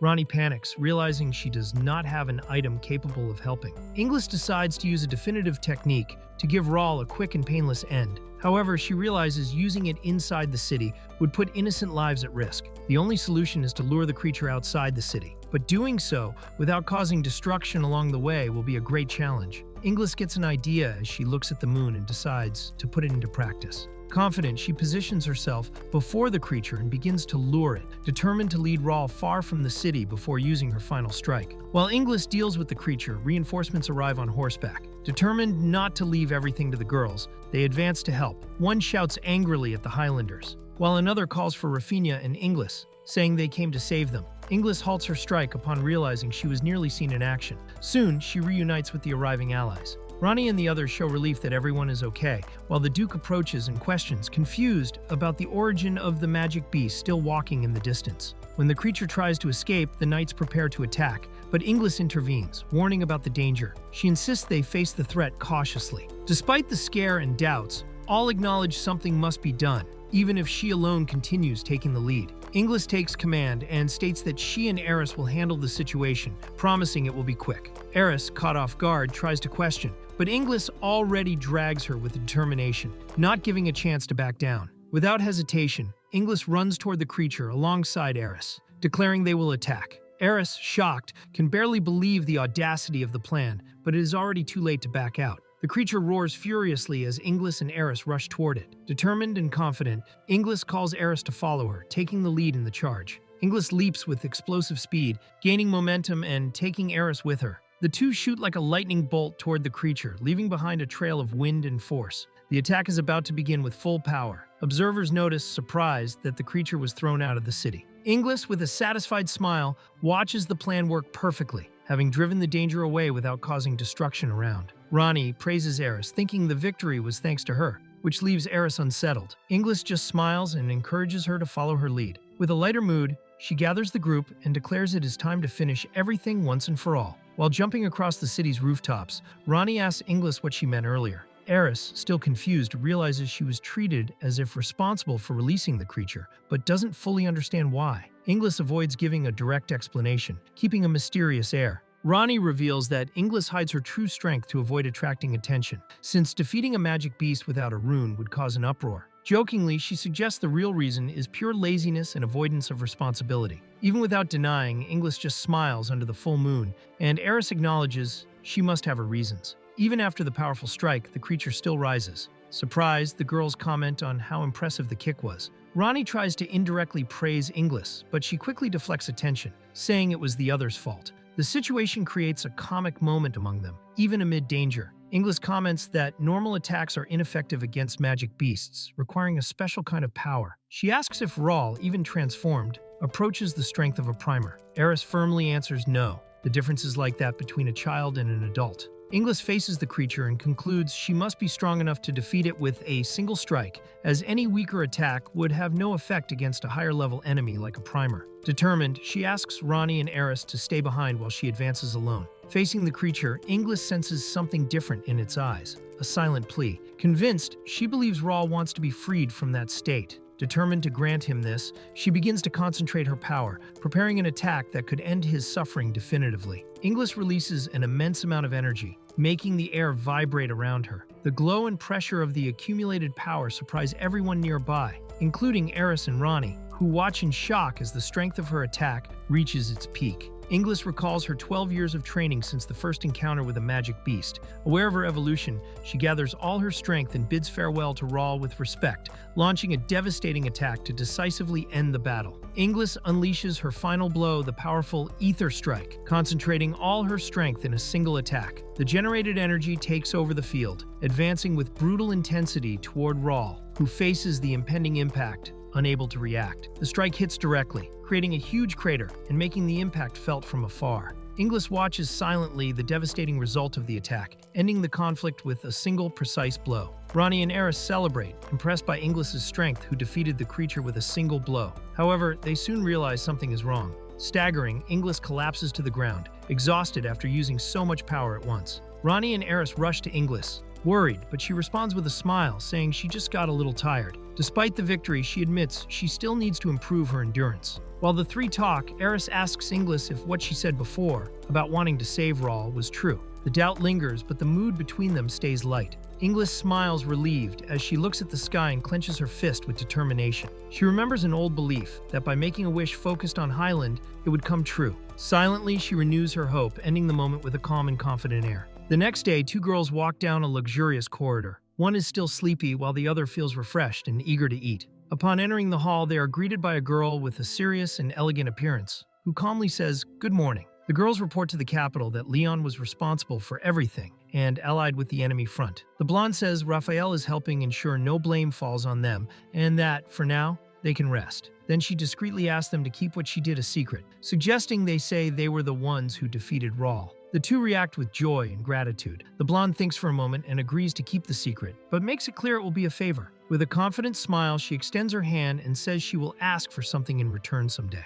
leaving the two girls somewhat uneasy. The deal is sealed with a handshake. As one of the girls leaves riding her horse, another order is given. The search for Leon must continue. Before leaving, one girl asks why the blonde was so furious when they met at the banquet. The answer comes hesitantly. She prefers not to explain, saying maybe one day the other will understand. For now, she chooses to keep that reason to herself. The girl realizes she pushed the question too much and apologizes. Before leaving, she wishes the rider good luck, saying she will be rooting for her. The rider departs on her mission, seen off with a smile and words of encouragement. After Aerys returns, a new inspector is sent by the kingdom. The investigation concludes Ymir was not at fault. Thanks to Aerys' influence, everyone was spared punishment. Meanwhile, life continued peacefully, and the protagonist dedicated herself even more to training. 3 years passed in this calm and preparation. Ronnie is surprised by Rafinha's arrival and rushes to finish packing, checking if she took everything needed for the trip. Inglis questions her about the delay,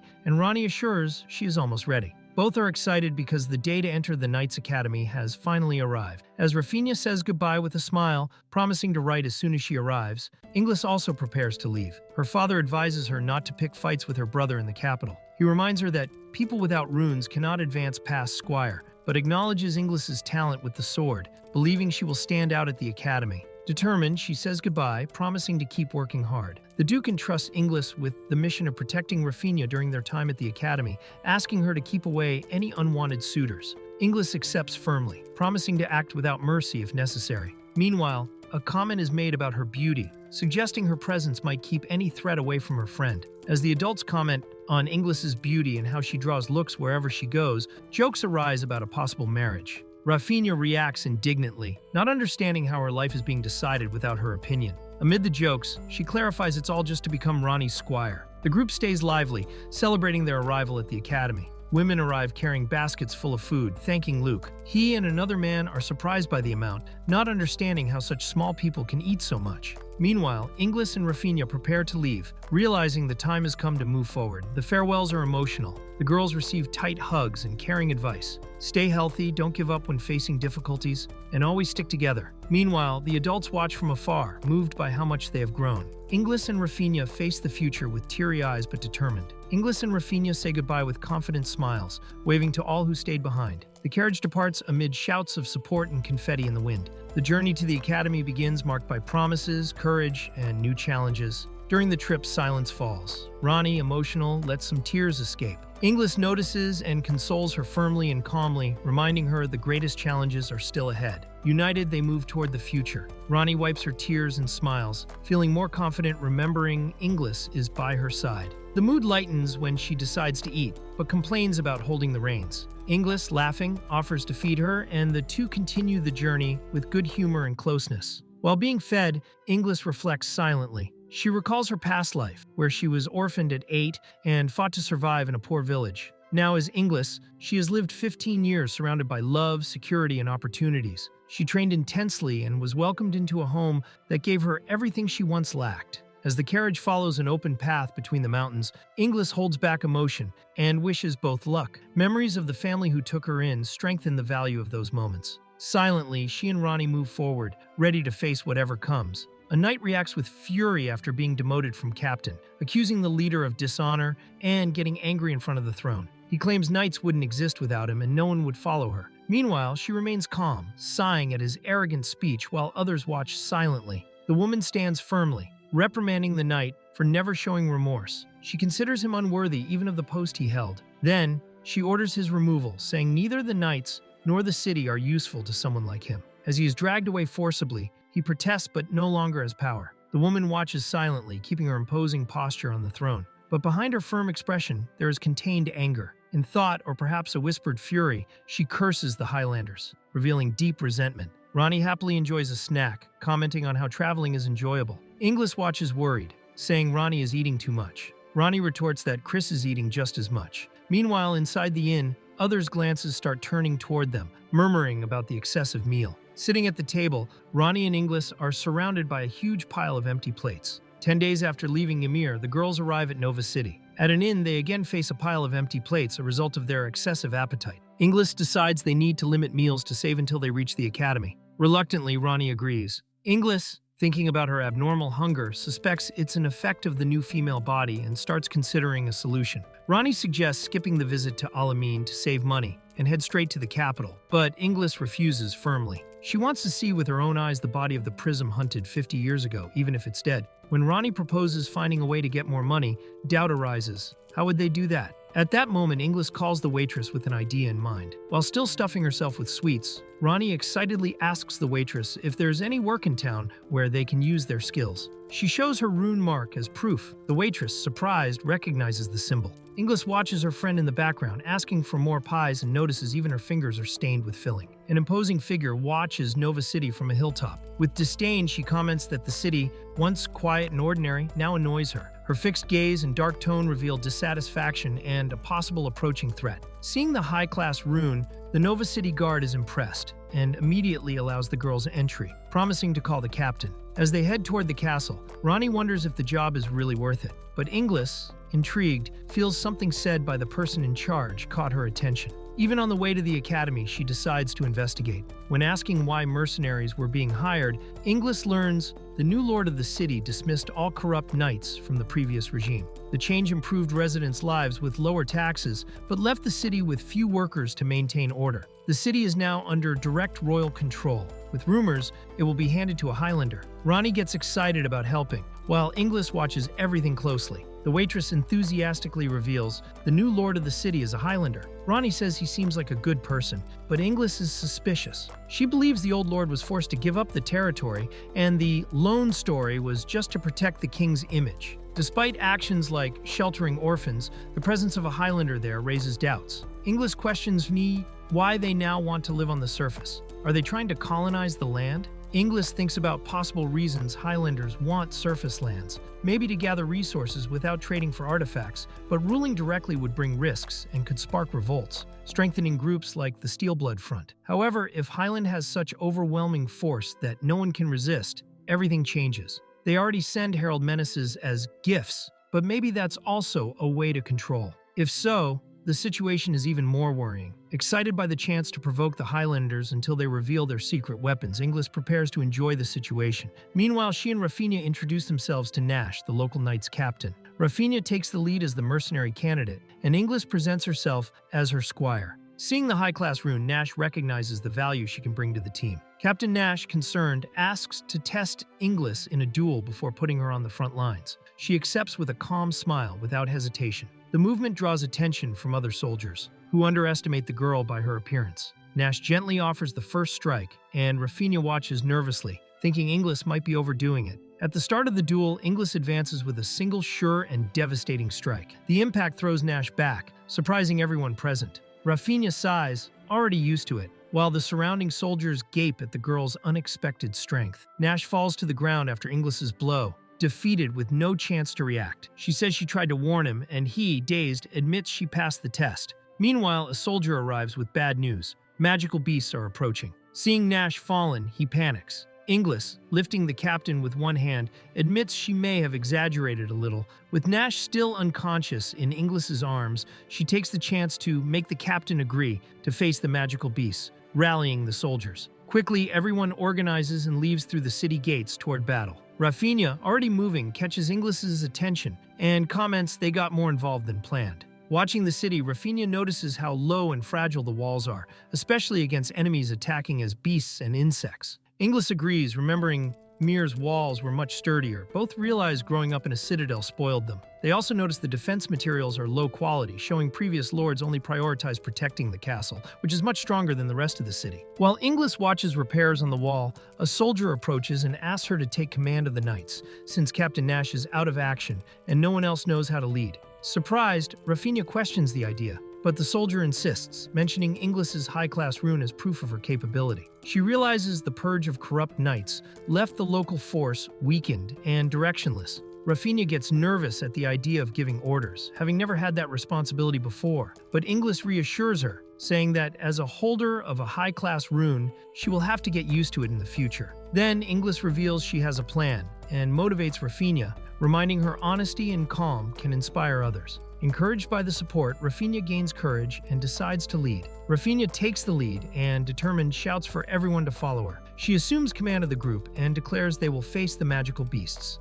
The attitude surprises and encourages the others, who respond positively and decide to follow her. Even nervous, Rafinha shows confidence, while Inglis watches proudly. Rafinha takes the role of commander and begins giving orders firmly. She arranges allies' positions, instructing them to stay protected at the entrance and attack only if the beasts come close. Inglis is assigned as bait and distraction, charged with advancing on the front line. The group is surprised by the tactic but accepts the leadership. Rani raises her artifact confidently, declaring her role in the battle. Despite the exaggerated pose, she and Inglis exchange a quiet comment, acknowledging that it's just a different way of doing what they've always done. Inglis checks if she's okay with it, and seeing Rani ready, smiles satisfied, recognizing she can handle the situation. Inglis moves forward with determination, energetically leading the start of the fight. Her firm posture and the shine in her eyes make it clear she's more than ready to face whatever comes, leading the others into battle. Inglis advances determinedly after declaring her intent to distract the enemy.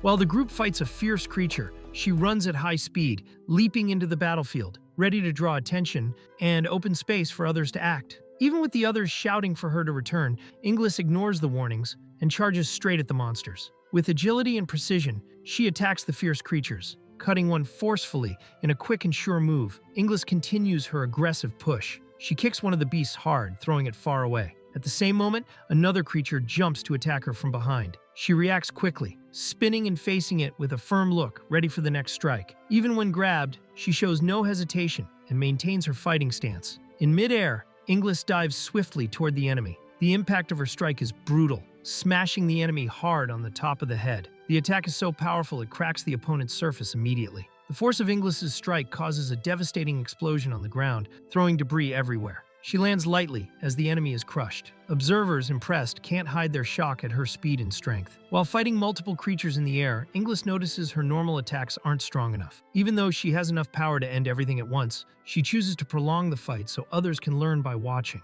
On the ground, a familiar person watches excitedly, noticing how much Inglis seems to be enjoying the battle. The girl activates her artifact confidently, stating she won't hold back. Smiling, she wields her weapon, ready for combat. It's revealed that only rune bearers can use these special weapons called artifacts, the only effective way to harm magical beasts. Rafinha activates her bow with a shot of pure luminous energy, releasing impressive power. She carries a superior class rune and wields the special artifact called Shiny Flow. These artifacts not only harm magical beasts, but also awaken their users' true potential. She smiles confidently, preparing to support Inglis on the battlefield. Rafinha commands the attack firmly, unleashing a rain of energy arrows at the enemies in the sky. The shot is so intense, it explodes on impact, creating a huge shockwave on the battlefield. Even with the barrage of projectiles falling around, Inglis keeps fighting amid the offense with impressive agility. Others watch shocked at her precision and control, not believing she still holds her position on the field. Rafinha, surprised and excited, realizes Inglis is really enjoying the battle and even using the Shiny Flow bow shots to her advantage.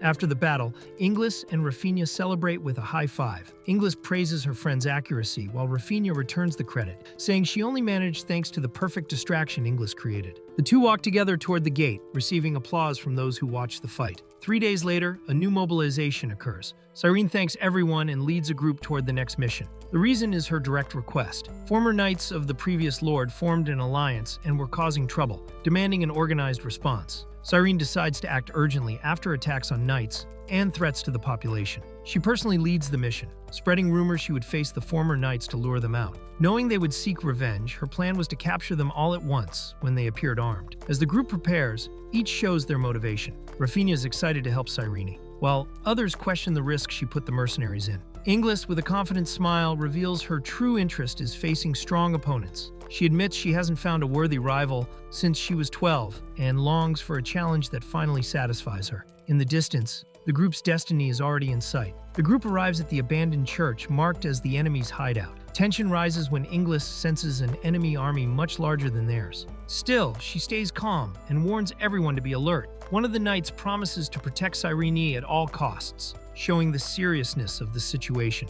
Cyrene asks to avoid killing enemies if possible. Inglis and Rafinha accept lightly. Soon, the former knights appear laughing loudly, revealing they discovered the trap. Their leader accuses Cyrene of stealing their lands and declares it's time to execute her, rousing his allies for the fight. Rafinha identifies the enemy leader as Hawker, the former captain of the knights. She and Inglis decide to focus on him, charging directly at the attack. Hawker mocks the attempt, trusting his numerical superiority. Rafinha confidently replies that more enemies only mean more targets for them. Rafinha fires another burst with her magic bow, hitting several enemies precisely. Even with the impact, she controls herself not to cause lethal wounds. Hawker recognizes the use of an artifact and shows surprise at the power of the attacks, while his allies begin to retreat desperately. Rafinha prepares another shot, ironically warning that the attack will seem like mere intimidation given the imbalance of forces. However, a new figure appears with a calm and dark tone, making clear that for her, the situation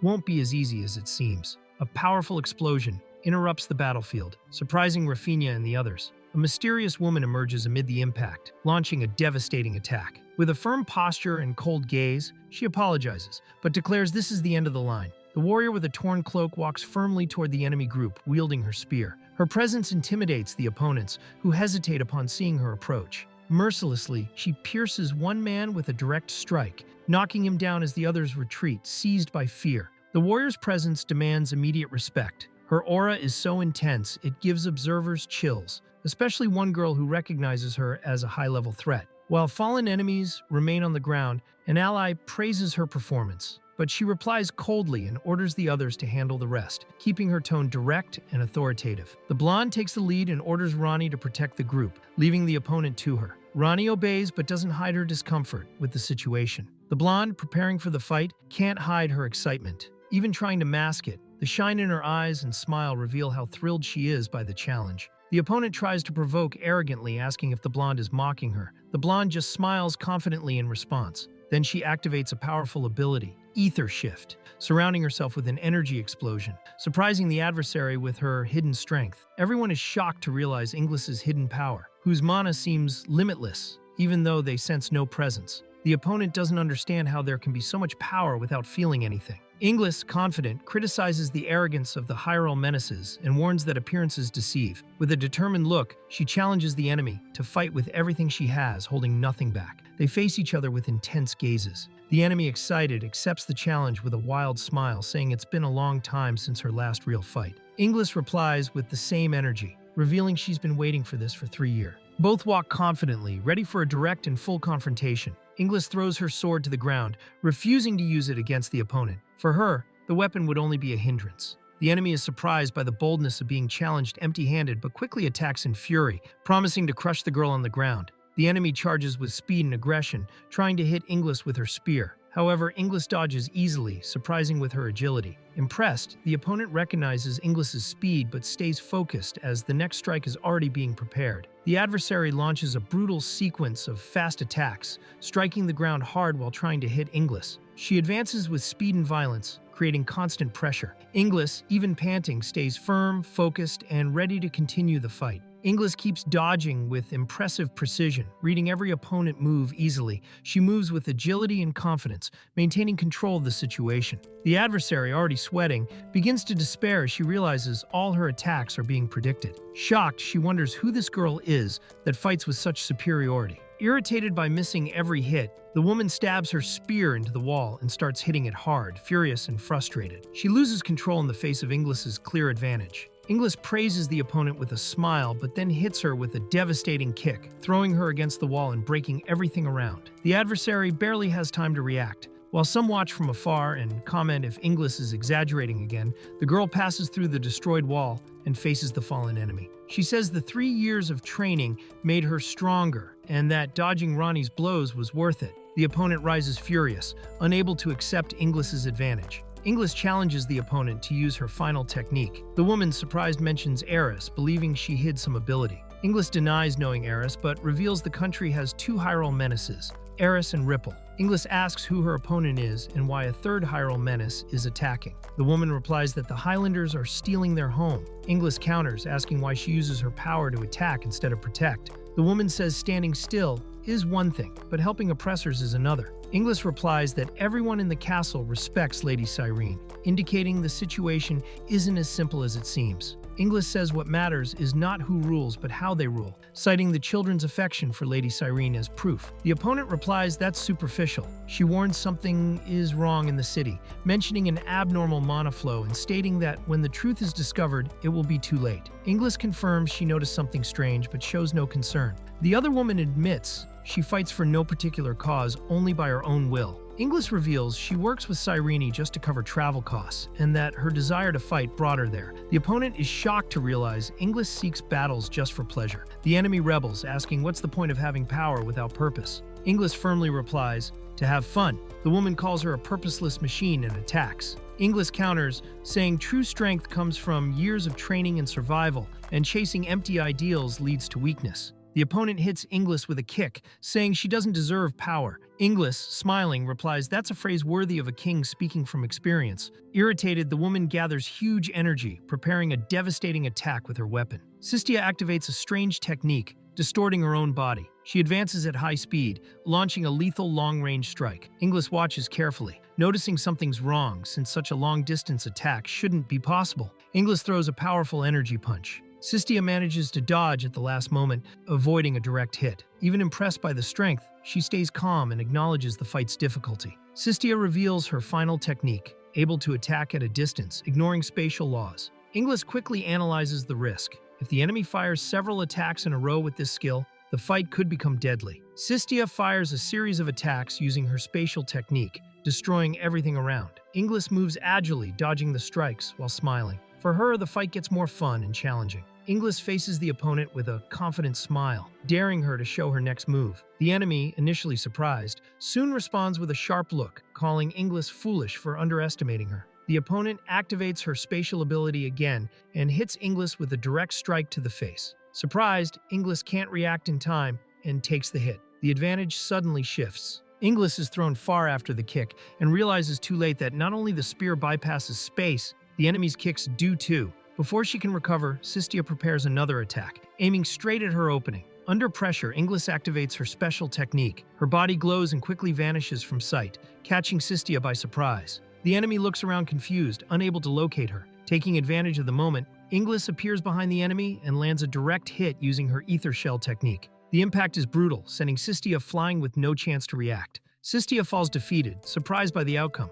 Inglis, panting, admits she only won because she reinforced her body with ether at the last moment. Even satisfied with the fight, she recognizes she still has much to improve. Both end the battle with mutual respect. Defeated and frustrated, Sistia blames herself for the loss, wondering how she'll face the others. Meanwhile, Inglis's allies arrive, reporting they captured all enemies outside and calling for her excitedly. Sistia, with no options, grabs Ronnie and threatens her life to escape. She says she can't be captured there. Inglis, seeing the situation, agrees to let her go to protect her friend, raising her hands in surrender. Before letting Sistia flee, Inglis gives a cold warning. She's always ready to fight again, but if Sistia touches Ronnie again, her life will be forfeit. The threat is clear, firm, and final. With a serene smile, Inglis says goodbye calmly, leaving Sistia visibly shaken. Before leaving, they exchange names. Sistia leaps away, saying they will meet again. Ronnie recovers, and Inglis reassures her that the fight was already over. The two decide to return. As they walk, Ronnie comments on Inglis's swollen face, which she takes in stride. In the background,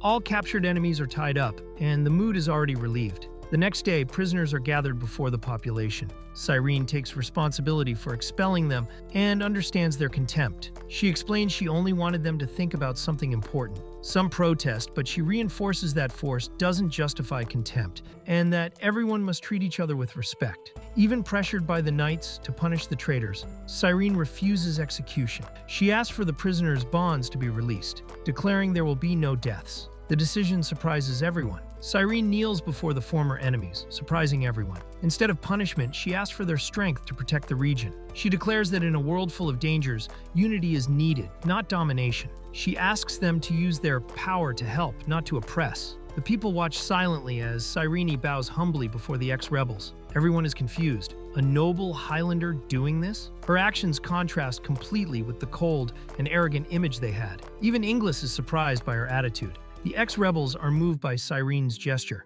realizing she is putting their lives above everything. Despite all she has suffered, she holds no grudge. One of the leaders, repentant, admits she should be the one forgiven and decides to end the cycle of hatred. The ex-rebel kneels before Cyrene, offering his life as proof of loyalty. The unexpected act moves everyone. Then he demands that the others also show respect, beginning a change in the atmosphere among the prisoners. All the former enemies kneel before Cyrene, acknowledging her leadership. The crowd applauds, surprised by her ability to unite even those who once hated her. She thanks them emotionally, while the others watch, admiring her strength and compassion. Cyrene is praised by all after managing to unite old enemies. She smiles moved, surrounded by companions who now admire her even more. Night falls as the group peacefully celebrates the end of the conflict. After the events, Cyrene is surrounded by praise. Even though nervous throughout, she tries to hide it with a smile. The other girls admire her while a man brings tea to help her rest. While everyone enjoys tasting pie and laughing, Cyrene tries to keep up with the lightness of the moment. She smiles, but gradually her expression changes. In the silence, something bothers her, revealing a feeling hidden behind the calm facade. Cyrene ends the light moments with a serious look. With the two girls seated before her, she reveals she is about to tell the truth behind the mana flow. Something, until then, only suspected. The mood shifts, and all attention turns to the coming revelation. Cyrene leads Inglis and Ronnie through a secret underground passage, originally used only by the city's lords. She explains that Highland took control of the place and hid it with traps and a barrier that only allows Highlanders to enter, all to keep it invisible to the city's people. Cyrene reveals the secret hidden underground, a huge magical circle called the Floating Circle, the core that keeps Highland floating. She takes responsibility for it, calling it her sin. Inglis and Ronnie watch, shocked, not fully understanding what it means. Cyrene explains how the magical circle works. It sucks mana from the surface, aiming to rip that land away and annex it to Highland. Inglis realizes that if the collection continues, the entire city will be torn from the ground. She then connects this to Sistia's earlier warning, finally understanding its true meaning. Cyrene reveals that Highland's superiors plan to take the land for themselves.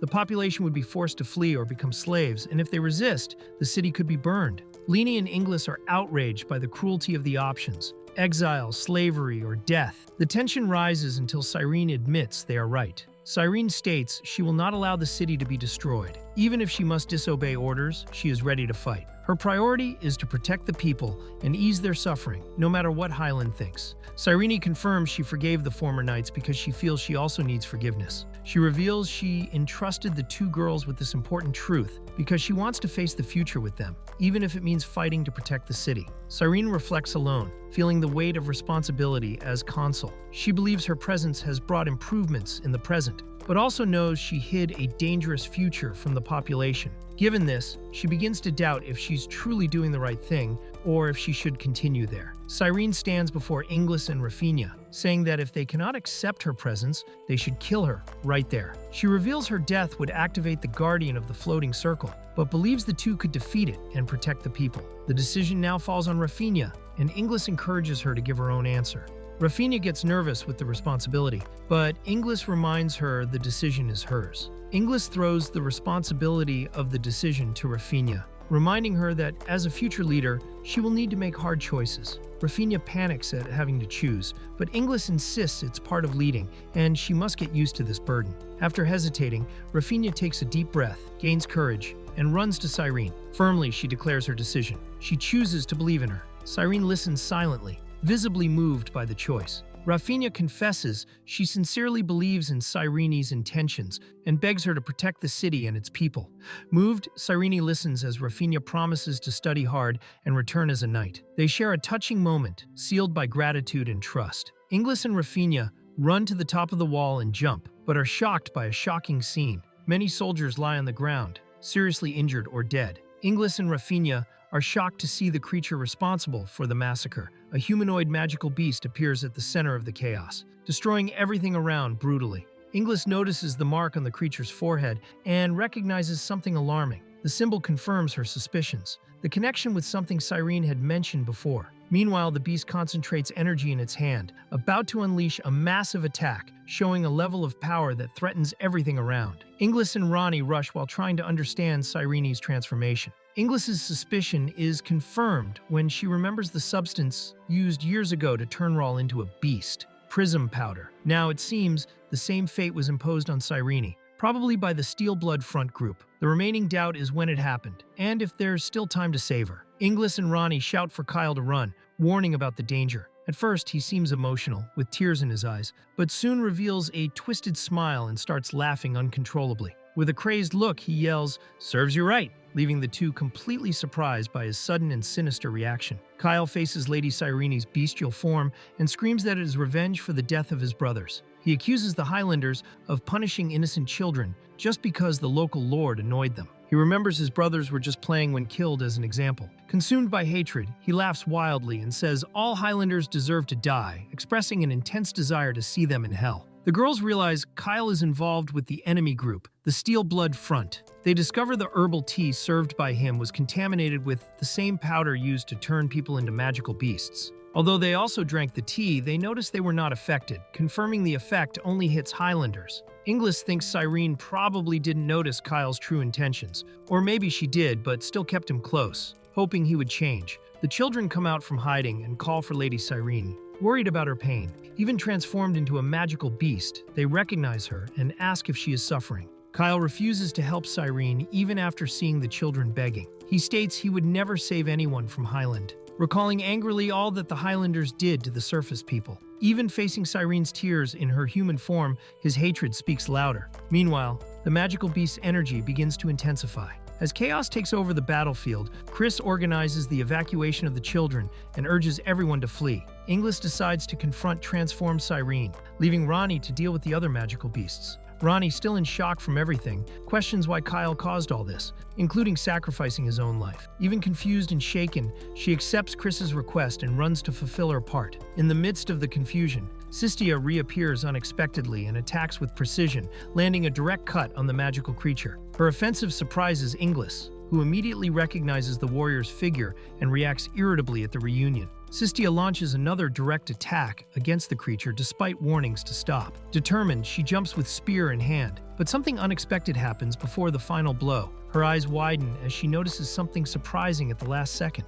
Inglis intercepts Sistia's attack with a precise kick, throwing her away and preventing her from finishing the creature. Fallen, Sistia gets angry and shouts that she has no time for distractions, arguing the situation will only worsen if they don't end the threat soon. Pressured, Inglis stares back and asks if she belongs to the Steel Blood Front. Sistia confirms without hesitation, showing her intentions are directly linked to the rebel group. Inglis fills with determination upon confirming Sistia is part of the Steel Blood Front. She regrets not eliminating her earlier, but says it's not too late yet. Just as she is about to act, a hooded man appears behind her, grabbing her arm and firmly saying enough, ending the imminent confrontation. The masked man stares closely at Inglis and coldly states there's no reason to continue. Inglis's expression changes to surprise, showing she was caught off guard by both his appearance and words. The warrior prepares to finish the beast, determined and merciless, but before she can strike, the creature, Lady Cyrene transformed, lets out a scream of pain. At the same moment, the masked figure holds the girl by the shoulders, preventing her from acting.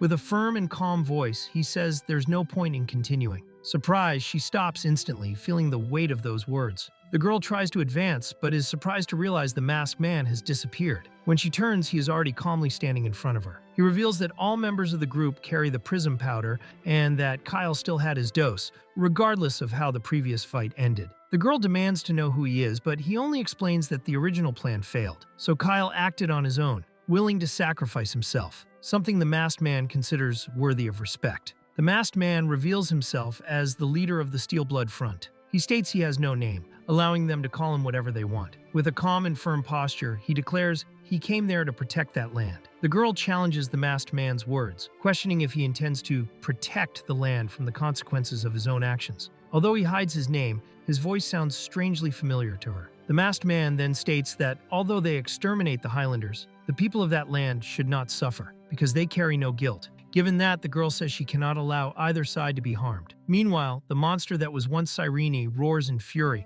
indicating the situation is about to worsen. Inglis orders Rafinha to take care of the children while she goes to confront the masked man. With no time for more words, she rushes forward at speed, preventing the enemy from escaping. The impact of the attack is direct and strong, sending waves of energy through the ground as they collide. Inglis is surprised to see her attack, reinforced with ether shell, blocked with ease. The masked enemy firmly grips her fist, praising her strength. It was the first time someone managed to withstand that blow. Even after having her strike blocked, Inglis smiles excitedly. She recognizes the enemy's strength and is thrilled to find someone so powerful, saying the world is bigger and more incredible than she imagined. Inglis lands a strong kick on the masked man, but soon realizes her priority is to stop Sistia.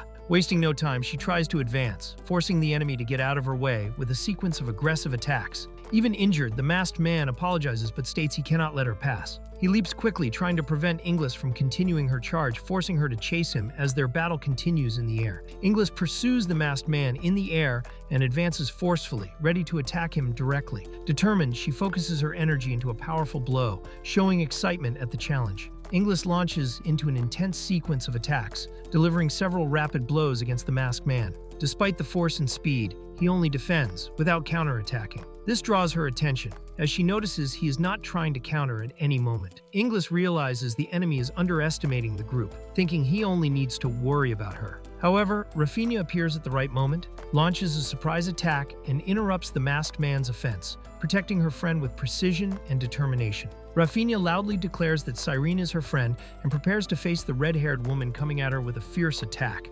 However, before the blow lands, a sudden explosion interrupts everything, surprising everyone on the battlefield. As the children run for cover, the creature writhes in pain. A loud crack echoes, followed by an explosion of energy. Then, a new monstrous form emerges, much more intimidating, with huge horns and a threatening presence. Before it, two adults kneel, taken by shock and fear. Rafinha screams desperately, telling the children to run. But upon hearing Lady Cyrene's name from the creature itself, they hesitate. The monstrous beast, with a fixed and confused gaze, whispers the name with difficulty. Cyrene, even transformed, seems to react upon seeing the children, which leaves everyone surprised and silent amid the tension of the moment. Hearing her name called by the children, the creature hesitates and seems to struggle with itself. She screams in pain, her expression filled with anguish and fury. Meanwhile, the children watch in shock, realizing there is still something of Lady Cyrene inside that transformed body. The beast's roar echoes throughout, making clear that a great change is about to happen.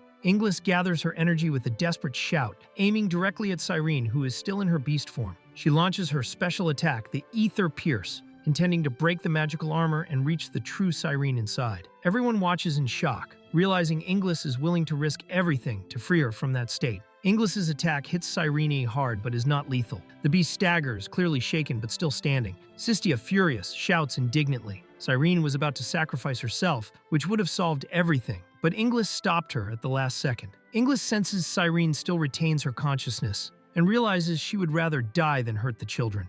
For that reason, she decides not to let her die. Sistia admits she also had doubts, but now believes the old Cyrene is still there. Rafinha, relieved, thanks the decision, saying their journey would not have been the same if Cyrene had died. Even with the situation still critical, Inglis has a sudden idea. She asks them to distract Cyrene for a moment because she wants to test something. Determined, she says that if she fails, she will get out of everyone's way. Inglis proposes a deal. They will help contain the threat, and in return, the masked group will leave the city immediately afterward. The leader agrees, stating they will soon destroy the floating circle and do not want interference. Though reluctant to pause the fight, Inglis agrees. Soon after, Sistia moves to distract the beast. Rafinha asks how she can help, but Chris replies with a smile, saying she has already done enough. While Sistia holds the creature, Chris concentrates all her ether and begins converting it into mana, preparing to release full power.